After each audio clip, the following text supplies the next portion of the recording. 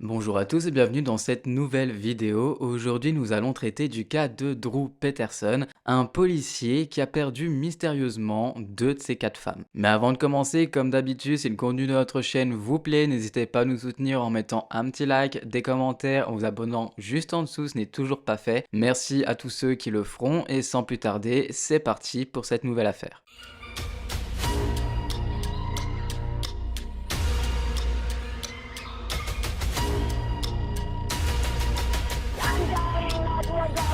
Serving fire department. Ma'am, are you still there?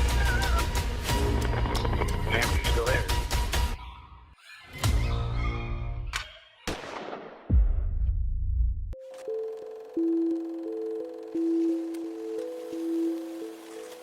Drew Peterson est né le 5 janvier 1954 dans la ville de Elmhurst dans l'Illinois. Elmhurst est situé à environ 24 km à l'ouest du centre-ville de Chicago et fait partie de la région métropolitaine de cette même ville. On ne sait pas grand-chose sur son enfance, sur son cadre familial et amical de l'époque, simplement que son père était un membre de la police. Lorsque Drew était au lycée, il était un membre actif du club de crosse et a obtenu son diplôme d'études secondaires lors de l'année 1972. Une fois diplômé, le jeune homme a décidé de rejoindre l'armée, a fréquenté le College of DuPage en 1974 durant une courte période seulement avant de déménager dans la ville de Falls Church située en Virginie. Si le jeune homme a déménagé à plus de 1200 km de sa ville natale, c'était pour poursuivre son cursus afin de devenir officier de police militaire. La même année, Drew s'est marié avec son premier amour, sa petite amie du lycée avec qui il était depuis déjà quelques années, et il était clairement fou de joie. La jeune femme s'appelle Carol Brown et de leur mariage sont nés Stephen Paul Peterson et Eric Drew Peterson. C'est en 1977 que Drew a pu entamer sa carrière de policier au sein du département de police de Bolingbrook. L'année suivante, en 1978, Drew a été affecté à l'équipe de la lutte contre les stupéfiants. Alors normalement, c'est la DEA qui gère ça aux États-Unis. La DEA est une agence fédérale spécifiquement chargée de la lutte contre le trafic de drogue à l'échelle nationale et même internationale, mais ce n'est pas précisé ici, donc est-ce qu'il y a des petites équipes au sein des départements de police qui luttent spécifiquement contre les stupéfiants ou il a été affecté à la DEA? Malheureusement, ce n'est pas précisé. Donc je pourrais pas vous dire avec certitude à quel poste il était. Quoi qu'il en soit, l'homme était compétent dans son domaine, et pour preuve, il a reçu en 1979 le prix d'officier de police de l'année du département, un prix qui n'a pu que le rendre fier de son travail. Malgré une belle réussite dans sa vie professionnelle, on ne peut en dire de même de sa vie personnelle. Son mariage à bout de souffle en grande partie dû aux infidélités de l'homme, Carol et Drew ont divorcé en 1980, après 6 années de mariage, 2 enfants et presque 10 ans de relation. Toutefois, l'homme a bien rebondi puisqu'à peine 2 ans après son divorce, il a épousé sa deuxième femme, Victoria Connolly, en 1982. Victoria, qui était également une femme divorcée, avait elle aussi une fille qui a vécu avec le couple durant 10 ans, 10 années durant lesquelles elle a dû subir les disputes presque quotidiennes de sa mère avec son beau-père. C'est en février 1992 que le couple a officiellement divorcé, bien que en réalité ça faisait déjà un bon bout de temps qu'ils n'étaient plus vraiment ensemble. Mais l'expression de vite remonter à cheval lorsque l'on tombe, Drew lui l'a prise très au sérieux, puisque 3 mois plus tard, le 3 mai 1992, il s'est déjà remarié avec Kathleen Savio cette fois-ci. Ensemble, ils ont eu 2 fils, Thomas et Christopher, et ils ont divorcé en octobre 2003, signant alors le 3e divorce de l'homme. Drew, âgé maintenant de 49 ans, s'est encore marié, oui, le 18 octobre 2003, avec une jeune femme de 19 ans, nommée Stacy Ann Cals. Ce n'est pas tout, mais ça faisait déjà 2 ans que le couple se voyait quand elle n'avait que 17 ans, avec l'accord du père de cette dernière, alors même que Drew, en plus d'être bien trop vieux pour elle, était encore marié à Kathleen. Enfin bon, le couple a malgré tout eu 2 enfants ensemble, Anthony et Lacey, nés en 2003 et 2005. C'est en tant que sergent qu'en novembre 2007, à l'âge de 53 ans, que Drew Peterson a pris sa retraite, pouvant alors bénéficier tout de même d'une belle pension de 79 000 $ par an, ce qui représente tout de même 6 600 $ par mois. J'imagine que c'est un salaire assez confortable pour vivre dans certains coins des États-Unis, donc c'est plutôt cool pour ce vieux monsieur, qui a consacré tout de même sa vie entière à aider les autres. Mais la vie de l'homme ne s'arrête pas là. Et sous les airs du policier qui a excellé dans sa carrière, qui a l'air d'être un homme bon malgré 3 mariages ratés, après tout, ça arrive à tout le monde de se tromper, qui semblait malgré tout d'un homme sur qui on pouvait compter, le bon voisin, le bon ami, eh bien, en réalité, sous l'uniforme se cachait un monstre dont peu de personnes avaient pu voir le vrai visage. Le dimanche 28 octobre 2007, Stacey Ann Peterson, la 4e et dernière femme de Drew, a mystérieusement disparu. Mais si cette dernière a disparu, et que l'on va évidemment se pencher plus en détail sur son cas, on va d'abord faire un bref retour en arrière. Souvenez-vous de sa 3e femme, Kathleen Savio, avec qui il a eu 2 enfants. Eh bien, cette pauvre femme est morte dans d'étranges circonstances, quelque temps après le divorce avec Drew, qui, je vous le rappelle, était déjà en couple depuis 2 ans avec Stacey. Pour le petit background, Drew a épousé Kathleen, une comptable, le 3 mai 1992, 3 mois après son 2e divorce. Leurs 2 enfants, Thomas et Christopher, sont nés en 1993 et 1994. Mais dès l'année 2002, et ce jusqu'en 2004, la police a été appelée à 18 reprises au domicile des Peterson pour des problèmes domestiques ou parfois parce que les enfants n'étaient pas rentrés à temps de la garde partagée avec l'autre parent. Bien que le divorce ait été finalisé le 10 octobre 2003, ça n'a pas du tout empêché ces perturbations de continuer, bien au contraire. Mais tout ceci s'est subitement arrêté et pour cause. Le corps décédé et nu de la pauvre Kathleen a été retrouvé le 1er mars 2004 dans une baignoire à son domicile. Au premier abord, la mort de la femme âgée de 41 ans a été jugée comme une noyade accidentelle, notamment parce que l'équipe de policiers en charge de cette affaire à l'époque comprenait un policier qui connaissait personnellement Drew, qui je vous le rappelle était un policier, et cet homme avait assuré que Drew était quelqu'un de bon, qui n'aurait jamais fait de mal à une mouche. Si cette affaire est restée de côté pendant plusieurs années, lorsque Stacey Ann a disparu, tout a littéralement changé. Donc maintenant, parlons un petit peu de la relation de Stacey et de Drew. Décrite à l'époque comme une adolescente perturbée qui était en difficulté, elle a commencé à fréquenter Drew alors qu'elle n'avait que 17 ans, et ce, avec l'accord de son père. Lorsqu'ils ont aménagé ensemble, le couple ne vivait qu'à 1 km de Kathleen lorsqu'elle était encore en vie. De quoi ravir cette femme déjà blessée par l'infidélité de son ex-mari et du divorce fraîchement conclu. Quand Kathleen est décédée, Drew a récupéré la garde de ses 2 fils qu'il avait eus avec elle, Thomas et Christopher, enfants que Stacey a légalement adoptés et a toujours élevés comme étant ses propres enfants, sans jamais faire de distinction entre les enfants qu'elle avait eus elle-même avec Drew. La jeune femme âgée de 23 ans en 2007 était sur le point d'obtenir son diplôme d'infirmière lorsqu'elle a subitement disparu le dimanche 28 octobre. Elle a été officiellement portée disparue le lendemain matin, donc le 29 octobre, par sa sœur qui s'appelle Cassandra, qui était inquiète de ne plus du tout avoir de nouvelles d'elle, alors qu'en plus de ça, elle devait se voir. Évidemment, comme toujours dans ce genre d'affaires, Drew a été la première personne contactée par la police, et ce dernier a déclaré que Stacey l'avait appelé la veille à 21h, lui disant qu'elle le quittait pour un autre homme, qu'elle avait laissé sa voiture à l'aéroport international Clow de Bolingbrook et qu'il n'avait plus eu de nouvelles d'elle depuis. Mais en raison de la notoriété de Drew, l'agent de police qui se préparait à prendre sa retraite, la disparition de sa femme a rapidement attiré toute l'attention médiatique, une attention toute particulière que l'homme n'avait sûrement pas calculée durant la confection de ses plans. En effet, les médias ont couvert l'affaire d'une manière si intensive que ça a suscité énormément d'interrogations de la part du public, des proches de la disparue et même des policiers, sur notamment une potentielle implication de la part de Drew Peterson dans la disparition de sa femme, et l'étrange mort de son ex-femme. Bien sûr, plusieurs pistes ont été suivies avec même l'implication du FBI pour retrouver la jeune femme de 23 ans, mais elle est restée introuvable. 4 mandats de perquisition ont été émis et exécutés sur la propriété de Drew.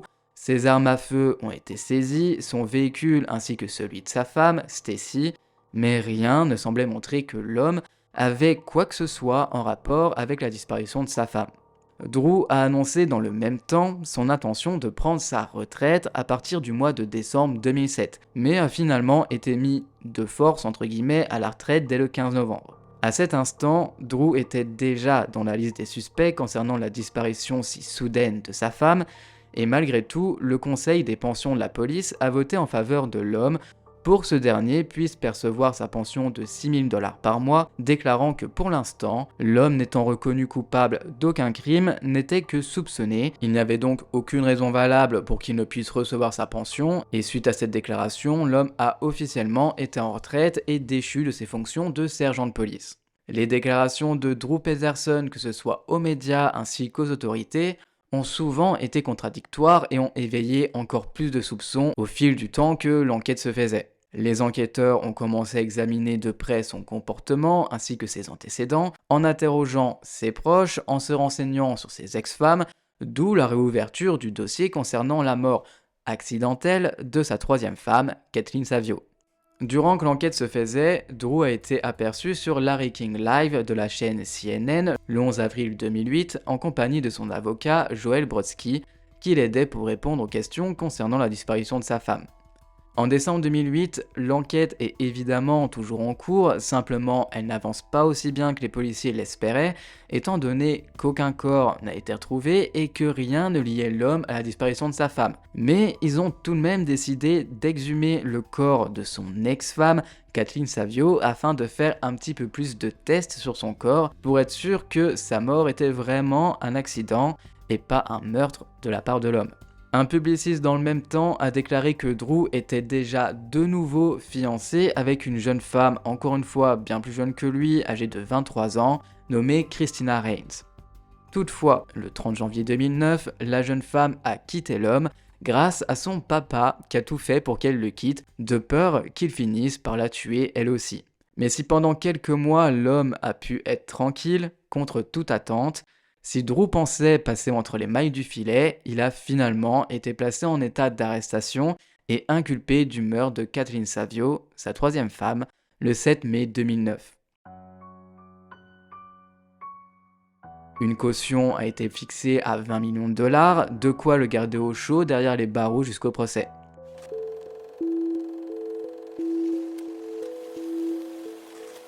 Le 21 juillet 2010, il a été révélé que les déclarations indiquant que Drew avait tué 2 de ses épouses n'étaient pas assez fiables pour qu'un jury puisse les entendre lors de son procès. Après avoir présidé une longue audience, le juge White a rendu une décision scellée de plus de 4 pages en mai 2010, obtenue par le Daily Herald. Le juge a statué que les procureurs avaient prouvé que Drew avait bel et bien tué sa troisième femme, Kathleen, ainsi que Stacy, sa quatrième femme, par une prépondérance de la preuve, mais que presque toutes les déclarations attribuées à Stacy ne fournissaient pas de garantie suffisante de fiabilité. Toutefois, en avril 2012, une cour d'appel de l'Illinois a statué que les procureurs pouvaient utiliser un total de 8 des déclarations faites à la fois par la victime, Kathleen avant son décès, et par Stacy, toujours disparue, avant sa disparition, annulant ainsi la décision antérieure du juge White. La défense de Drew a cependant soutenu que l'introduction de ces commentaires présumés constituait une violation de son droit en vertu du 6e amendement de confronter tout témoin qui témoigne contre lui.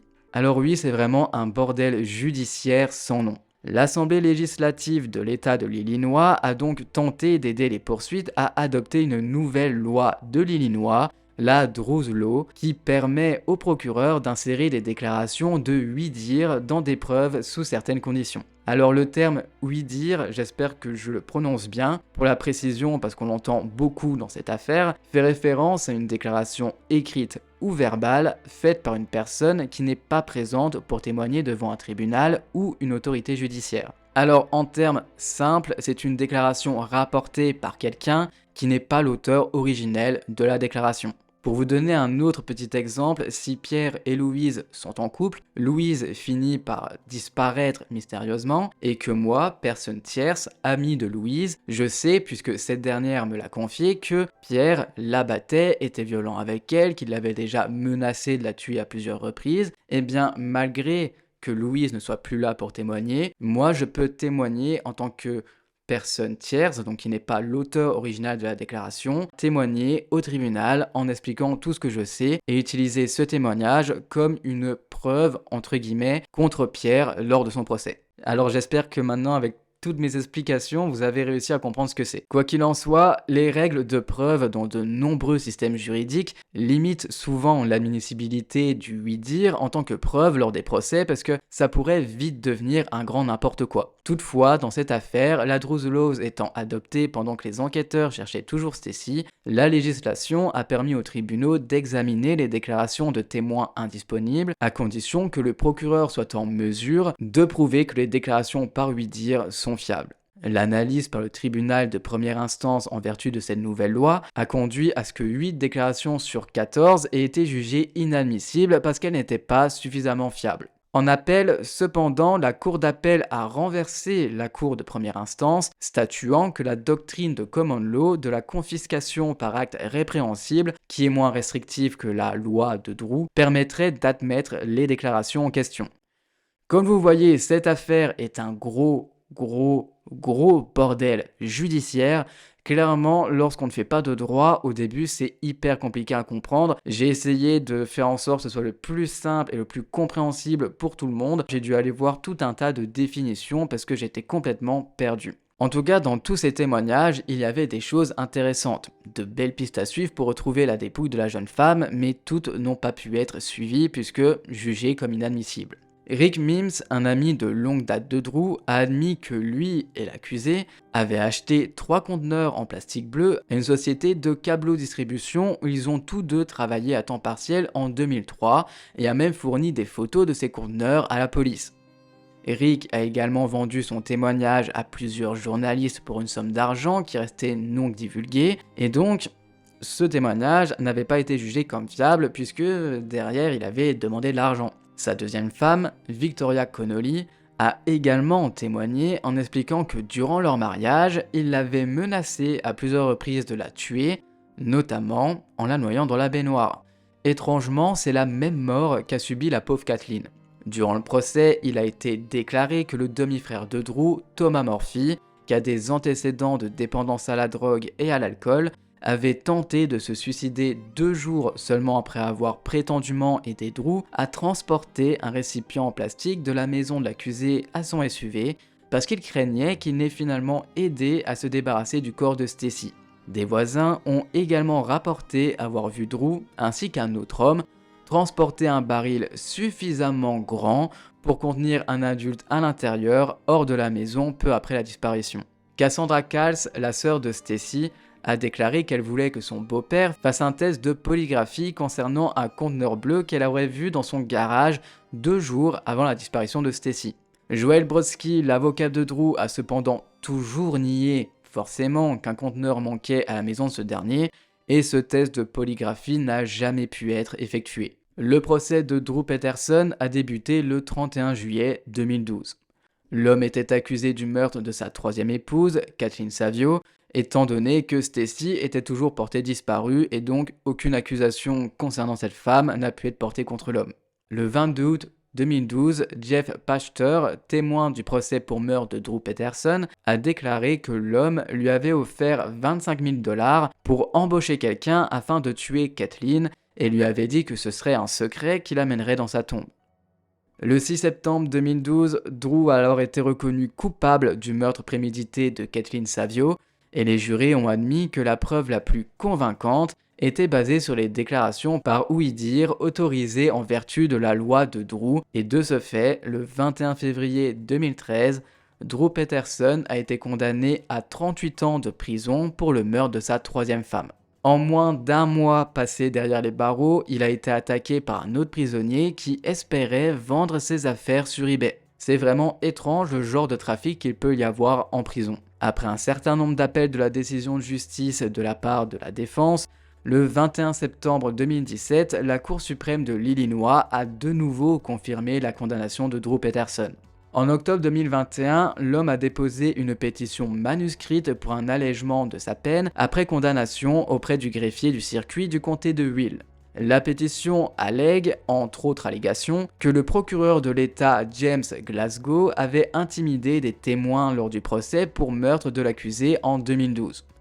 Cette histoire remonte au 9 février 2015 lorsque Drew a été accusé d'avoir tenté de frapper James Glasgow, le procureur en chef de la région de Chicago, dans son procès pour meurtre, après qu'un autre détenu ait fait signe au procureur du plan et apporté un fil pour recueillir des preuves contre lui. Quoi qu'il en soit, en mai 2012, pour avoir attaqué cet homme, il a été reconnu coupable de sollicitation de meurtre et de sollicitation de meurtre à l'embauche et a ensuite été condamné à 40 ans de prison supplémentaires. En mai 2022, il a été révélé que l'ancien avocat de la défense de Drew Peterson, Joel Brodsky, dont je vous ai parlé un petit peu plus tôt dans cette affaire, envisageait de divulguer des informations confidentielles protégées pourtant par le privilège avocat-client. La sœur de Stacy, Cassandra, était ennuyée par la possibilité que l'avocat puisse faire face à des sanctions légales pour avoir révélé de telles informations, car elle estimait qu'il pourrait s'agir de l'information nécessaire pour résoudre l'affaire de sa sœur toujours portée disparue à ce jour,